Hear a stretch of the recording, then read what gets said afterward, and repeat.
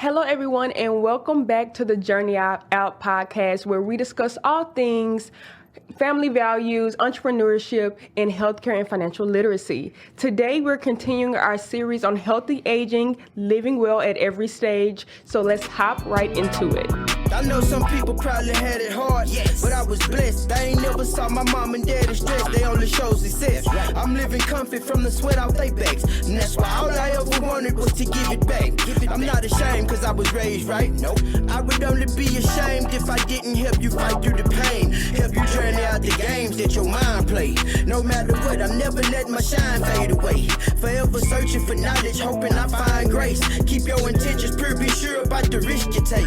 Pop said failure builds character. I came up short a time or two. Your mind know what your heart been through. Don't let that pressure startle you, and faith out in the Lord will do you justice. We sat and we discuss it. This assistance for the public. A little love will help recover from your struggle. If iron sharpens iron, and let's turn out together forever. J.O.P. Journey Out podcast. Welcome to the Journey Out podcast. All right, so today we will be talking about brain health and preventing memory loss. But first, I want to say, please like, follow, subscribe, and share this podcast for those who need to hear this information, but also those who, will be able to support this channel to be able to get it out to their friends and just let them know about all the good things that's going on here at the Journey Out podcast. Also, one quick announcement is that this episode is brought to you by PC Home Health. They provide non-medical in-home care across all of the DFW area to seniors in their home. So meal prep, light housekeeping, medication reminders, whatever it may be, we can do it inside of the home. So please feel free to give us a call, 214-991-5619. So now, let's just hop right into the episode here. So we're talking about brain health and preventing memory loss, which we know about all too well, especially in the field that we're in. So I want to hit you with a few quick statistics, if I can get the word out this morning. Some stats. So 1 in 9 Americans over 65 has Alzheimer's disease. Okay. And studies show up to 40% of dementia cases could be prevented with lifestyle changes. Now, many people believe that memory loss is just inevitable. And that's really not the case. Right? And so tell me a little bit about, from families that we've seen and talked with, what are some of the myths that they have concerning memory loss? Because you're getting old, it's memory loss. Soon as you start forgetting that it's probably dementia. Right. And probably just because you're getting old that you can't do something to try to slow it down or reverse. Right. So those are some big myths. Right. I think too, it's important that we keep our minds sharp at every age. So our brain is a muscle, and we have to exercise it, just like we talked about exercising our body and moving our body and getting that going. Our brain works the same way. It needs constant stimulation in order to let those neural connections happen and, to go throughout our day. And so there's different things that we can do to kind of exercise our brain and mentally stimulate it. So there's things from like learning a new language or a musical instrument. And puzzles, Sudoku, chess, board games, things of that nature. Reading books, which is something I love to do. And taking up new hobbies. Right. You read books? You know I read books. Why are you over here like, listen, y'all, I am... No, I'm saying that in the sense, yes, girl, you read books. You have a whole library at the house of books. Yeah. And that's a good thing. I wish you got that from me, but that's not me. Honestly, I don't know who I got that from. Your mom. Mom is a reader, but she like reading like she'll read bills or something. Like she's not trying to read books just like that. But that's something that's super important for me. But that's actually something that I picked up. I was like, hey, I just wanted to be immersed in different worlds. I wanted to learn about, business, religion. I want just to be kind of enthralled into different things. But tell me something that recently, a hobby you picked up or a skill that you recently tried to pick up? Well, I tried to pick up the reading, right? Learning more about business on the financial side and things like that. Learning more on how to grow businesses and stuff like that. Right. So I think that's really my input of something that I want to learn, something that keeps me going. So I think that's been, so picking up books and reading a little bit more, that's been good. But what I need to do, honestly, is start exercising. Yeah, right. That'll be a big habit. It works out everything. That'll be a great habit. I'm not gonna even tell the story. I'm not doing that. Not right now. You know what I'm saying? I'm not gonna exercise. But I think one of the things that I've recently tried to pick up and like try to be more consistent with is pottery. You know, we win and I got a whole pottery machine now, and you know, I'm just you know. Pottery, right? Yes. Okay, yes, you want to get a pottery machine, which is a good hobby to pick up. It's great, relaxing. But you know, sometimes if we don't continue that hobby, it just becomes something that's sitting on the backside that I told you not to do because I knew that you wasn't going to. Yes. But listen, it's there when you need it. You know what I'm saying? So yeah.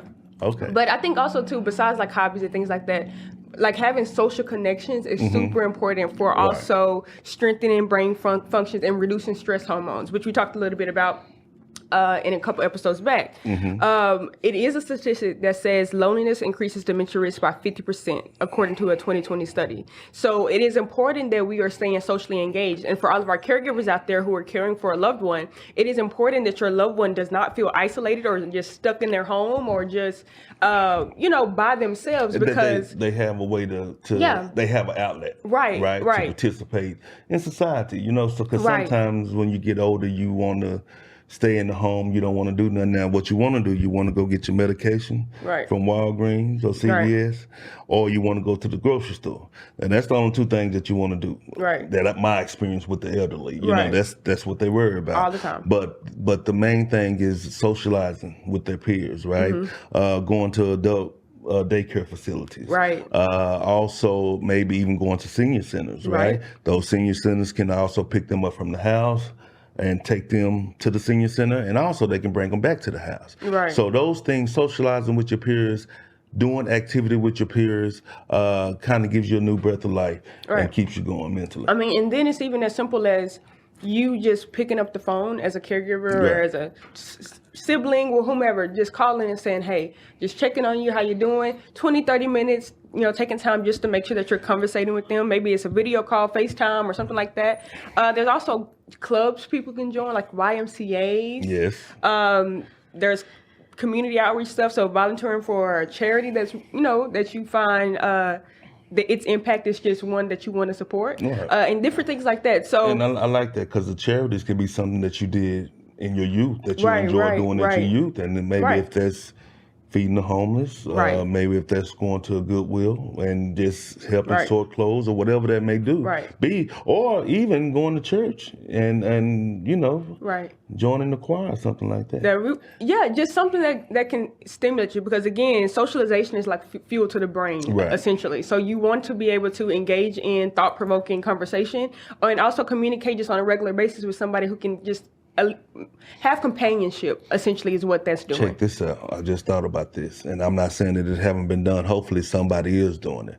But you can also, if you're a caregiver taking care of a loved one, if you can get her friends together and probably have a social day out on a weekend or something, 2 or 3 of them, maybe 5, take them to lunch, or if they like to play bingo or watch a movie, something like that. That'll be great. Or even with those hobbies that we were talking about earlier. Maybe there's a book club you start. Book club. Pottery club. Whatever that looks like. Yeah. You can do a bunch of different things, but it's just important about keeping them social, because that is mentally stimulating the brain. But also one thing that we know for sure is like sleep definitely impacts brain health. We already know that. So what sleep does, it flushes out toxins from the brain, including beta-amyloid, a protein linked to Alzheimer's. And so we had the very good Dr. Diana Curran come on and talk to us a little bit about Alzheimer's. Shout out to Dr. Curran. Yes, Dr. Curran Medical Center. Talked to us about beta-amyloid and kind of how that plaque kind of grows. That protein grows and it's linked to Alzheimer's. And so poor sleep can lead to cognitive decline, which we know about, mood changes, and memory loss. So it's important to make sure that we are getting sleep, because if we know that protein in the brain is linked to Alzheimer's, and if we don't flush it out, that means that it can stay, then that means we have a likelihood of getting that protein and getting Alzheimer's. So I know too well about sleep. Right. And it's probably like this for a lot of business owners or people in general, but you're working hard all day, and you try to dot your I's and cross your T's, and then it's time to go to bed. Either you got something done to do, or because something come up, or your brain can't truly relax while you sleep. Yeah. Right. So we did a little study with a wellness doctor, and I realized that really while I'm asleep, my brain is still active. Yeah.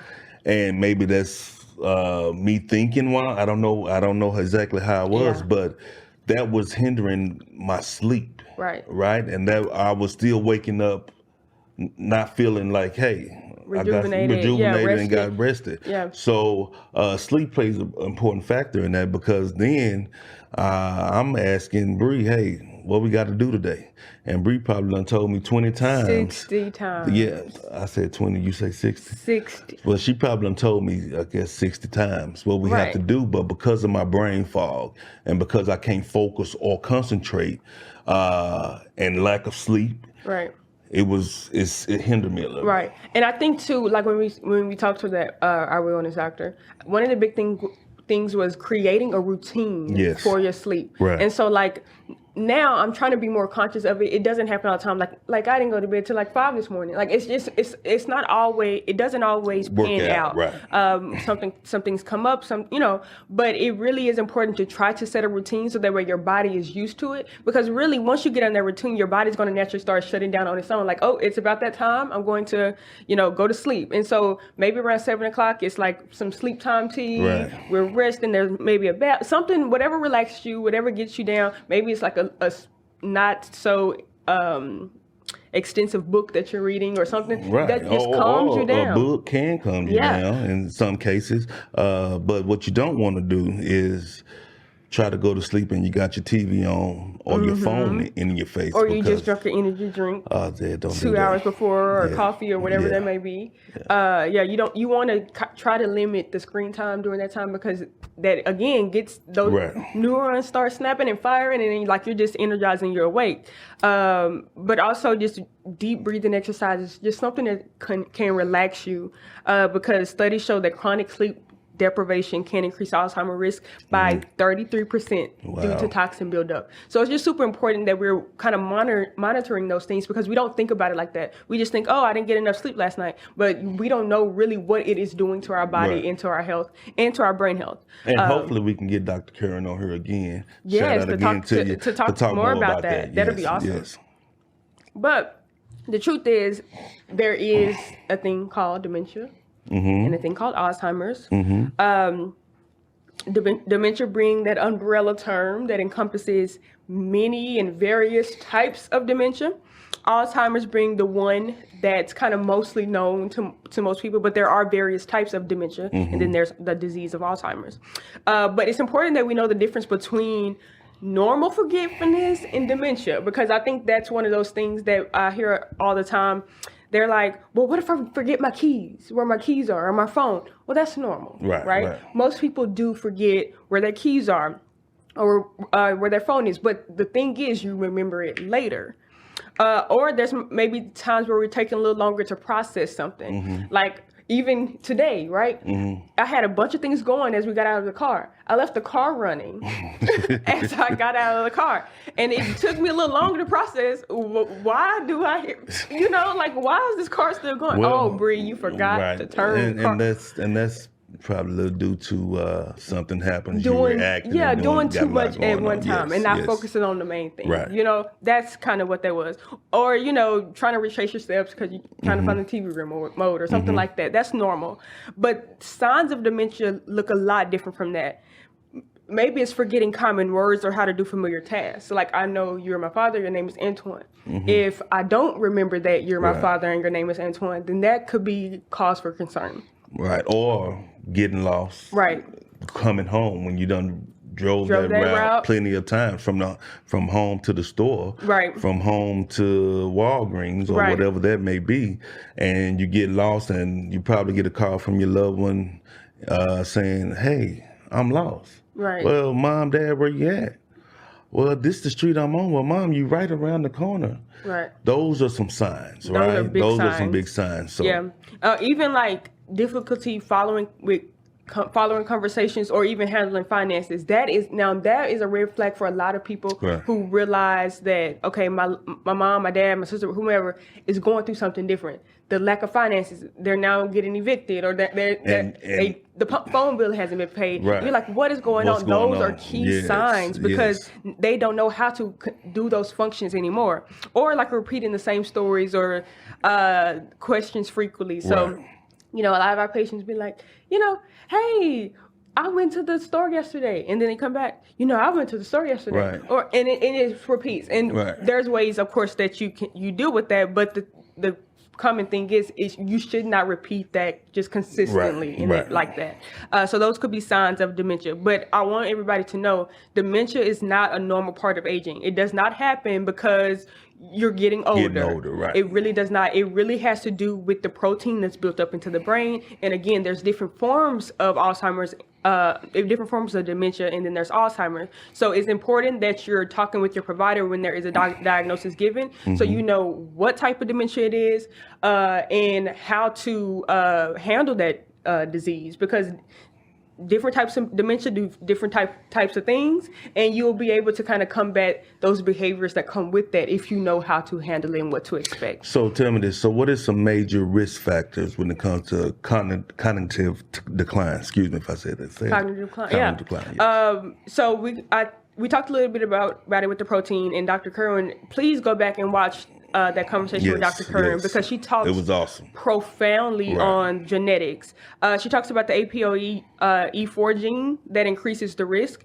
And so families, what can happen today, so, technology has come a long way. Right. What you can do now is you can test and see if you have that gene, that APOE gene. You can test and see if you have it, which can tell you that you may be more likely to have Alzheimer's or dementia. There's also chronic health conditions that can affect your memory as well. So like high blood pressure, diabetes, obesity, a lot of things that are facing our community, a lot of communities. So it's important that we're taking care of our health in that way. Again, exercise. So lifestyle habits too, smoking, poor diet, lack of exercise. Exercise is important. Making sure we're maintaining our diabetes. If we are going to dialysis, making sure we're going to our dialysis appointments, doing all those things to further better our health so we don't have that cognitive decline. Because that's essentially where it stems from, not taking care of our body in the best way. But even little lifestyle changes, like just adding walking for 30 minutes a day, can improve that significantly. And, and we're gonna get into it. Your diet, right? Yes. So the brain boosting diet. All right. What are the best foods that you think that can help your diet? Again, I'm going to plug Dr. Kerwin. She talked about this so well in that episode. But leafy greens. And it's for brain health. Right, for brain health. Kale, spinach, collards, show cognitive decline. Fatty fishes, so salmon, sardines, tuna, omega-3s, good for brain function. Berries, blueberries, strawberries. Berries typically reduce inflammation, so that's why you want to digest berries. And then there's the nuts and seeds, so almonds and walnuts, they support like memory and cognition. So exercise and all-inclusive healthy type diet can help prevent or slow down the cognitive brain decline. Right. All right. And so it's called the MIND diet. So it's a mix of like Mediterranean foods and things like that, but studies have shown that it does reduce Alzheimer's risk by 53% if you follow it consistently. So not hopping on it for a week and then jumping out, because you know how we do. Well, why you look at me when you say that? No, it's a mutual thing here. So I just start exercising for a week and eating good, and then next week I want the burger. That's what you're saying? Now, I'm gonna be honest. We don't last a week, but no, and it's natural. So let's talk about that too, because there's no judgment, and then there's also like you don't have to be so hard on yourself. And maybe you can take a little bit of it at a time instead of trying to get a gym membership and go to the gym. And I'm gonna eat healthy on this day and do this. Okay, maybe let's take a little bit at a time. Maybe let me start walking at home first. Let me go outside and walk for 5 or 10 minutes first. Okay, instead of drinking a lot of soda, let me start drinking some water. Let me cut back on the soda a little bit. Yeah. Let me implement at least maybe for lunch, I'll eat a salad. Right. Or eat some vegetables or something, and then dinner you probably pick up. But just take small steps at a time. Right. Because that'll make it easier for the long run. Yeah, and me, I'm kind of one of those people. I'm just all in. So you tell me we about to switch it up. I'm in. And I have to realize you got to kind of slow down because it can be overwhelming. Right. And then when you don't meet those markers, you feel bad. And then you just go through this whole cycle of just shame and guilt. And then you're back at square one where you're doing whatever you want to do. And it's not healthy for your body. So definitely take it in stride. I would say implement one thing every month and do it consistently because, the studies show that once you do it for 30 days, it becomes a habit. So, And when you're doing that, implement that one thing, stay focused on that one thing, and then, like you say, add to it. Add something new each month. So maybe it's a salad for lunch for a whole month, and then maybe it's walking plus the salad for the next month, and maybe it's walking, salad, and now I'm going to go and make sure I'm drinking only water or whatever. So just making sure you're adding it and kind of it's like setting goals. We talked about setting goals a little bit, long-term goals, and making sure they're in increments where you can achieve those goals. That's because important. Because you don't want to set the bar real high, and then once you set that bar real high, you didn't hit it. Now you feel like you failed. It's over. And it's over. There's so no use in doing this. Yeah, so don't do that. But there are some foods to avoid. So we talked about the foods that should be eaten. What to avoid: processed sugars and refined carbs. They're in literally everything. But what it does increase inflammation in the body. So it's important to kind of avoid those. High sodium and highly processed foods. I'm a salt girl. I put salt on everything. So just reducing that intake, and also excessive alcohol consumption is also something you want to avoid for better brain health. Again, when you're under the influence, you're not thinking clearly, right? So you want to just make sure that those are some things that you avoid or do in small amounts, so that way you are protecting your brain health. But then we also talked about physical activity. So regular exercise increases blood flow to the brain and reduces cognitive decline. So it's just important that you're doing exercises, but not all exercises are good exercises, if that makes sense. Right, but I say some exercise is better than no exercise, So that is true, but it's important to know the type of exercises that you're doing. So like aerobic exercises, right? So that's like walking, swimming, dancing. Those are good exercises to improve brain health, but also that's like good cardio, stuff to get the heart pumping, because again, we heard about the chronic conditions, which we'll talk more about in a later series. Heart disease that does impact cognitive decline, high blood pressure, things like that. There's also strength training. So, using weights and stuff like that, which improves blood circulation. Yep. And then yoga and Tai Chi. It reduces stress. It enhances your focus. They say it's good. I haven't tried yoga. I know Pilates is a real thing right now. A lot of people are taking on Pilates and doing that for some physical activity. And again, it just reduces stress and enhances focus, which is good for the brain. And also for the elderly, if you can't do all this stuff, chair exercises are also good. We talked about that previously, but chair exercises, something minimum, walking is also good for you. Right. Just 30 minutes. 30 minutes a day will change everything. And remember, 30 minutes a day, you probably can't start off with 30 minutes, but maybe 5, 10. And just increase. Short-term goals to the long-term. Right. And then I would just say, just remember to take care of you. That would be one of my last little tokens I'll give. Because we get enthralled in the day-to-day, we get enthralled in work, we get enthralled in family, and there's fires, like we like to call them, that pop up out of nowhere majority of the time. And it's important that we're also taking care of ourselves in the mix. So one of my big things was, I'm going to make sure that I'm eating, because I will go throughout my day and I'm like, we got to get here by this time. I got to do this. And I'm going, and then I never eat. Or it's not till about 3 or 5 where it's like, now I'm finally sitting down to eat, and that's not good or healthy. Not from my body as a whole, but not from my brain either, because that's just a brain fog. So tell me this. You being young, right? Right. What is one thing you will implement out of what we just talked about? What is one thing to help you for future brain health that you will implement right now? I think definitely the food. Mm-hmm. I think the food, because I believe, for me personally, I do a lot of walking and things like that just on a day-to-day basis.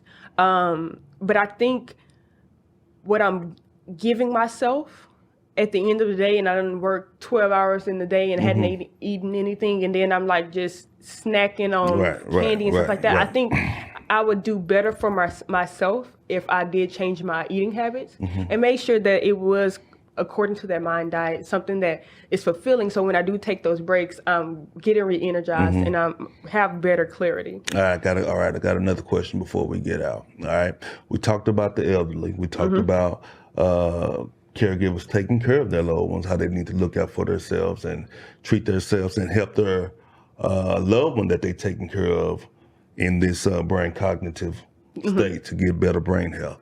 So for the young people out there, what would be your best advice for them? I would say, that's a good question. I would say my best advice would be to slow down. And I would say slow down, and I would say, like, look at yourself, take care of yourself. I will prioritize sleep. I will prioritize social connection, because it's very easy for us to just be on our phone. It's quicker to send a text. It's easier to be on TikTok or whatever it may be. But I would definitely slow down, prioritize my sleep, and make sure that the social connections that I have, I'm nurturing those connections and building those relationships. And meaningful. Making them meaningful relationships instead of just everything is so quick and fast and high and by. Microwave. Right. No microwave relationships. Okay, expound on that. Well, something that, like you said, that you're not nurturing. Something that quick and easy. Yeah, quick and easy. Yeah. So no microwave relationship. Look, it's a full course meal. Yes. Okay, I'm with you. I'm with you. Okay. All right. I'm with you. Look. So give us all in general some final tips. So final tips, some key takeaways from the episode. First thing is keep learning. Yes. Please keep learning. Yeah. Learn something new. Get a new hobby. Enjoy something different. Switch up the environment. Just try to make sure you're mentally stimulating your brain. Also, stay socially connected. No microwave relationships. Right. We need full course meals. Nurture those relationships. Be intentional. Go out. Yes. Be intentional. Go out. Talk to people. Connect face to face. And try to really hone in on just getting those conversations that really invoke thought and it's thought provoking. Eat better for brain health. Eat better for brain health. Focus on your greens, fish, berries, and nuts and things like that. Right. I would also say prioritize sleep is a big one. Make sure you aim for between 7 and 9 hours a night, and get you a really good night routine to help you achieve that goal. Yes. And then exercise regularly, movement, just getting around, moving, walking, whatever that might be. Again, you don't have to do the whole thing at once. Put it in increments, but do it for better brain health, for better body health, and to just feel like, you're becoming better at the end of it, right? No stress, just being healthier and having a sharper mind. And before we go with all this, please consult with your doctor about, what is the best route for you to take in this healthy brain health journey and getting better physically as well. Absolutely. So that wraps us up for the Journey Out podcast today, episode 2 of our series of healthy living. Please feel free to like, share, subscribe, and share with anyone who needs to hear this. Caregivers, moms, dad, sisters, brothers, grandparents, whomever. And we will catch you on the next episode where we'll be talking about nutrition. So we'll catch you all there. See you later. Bye. Peace out.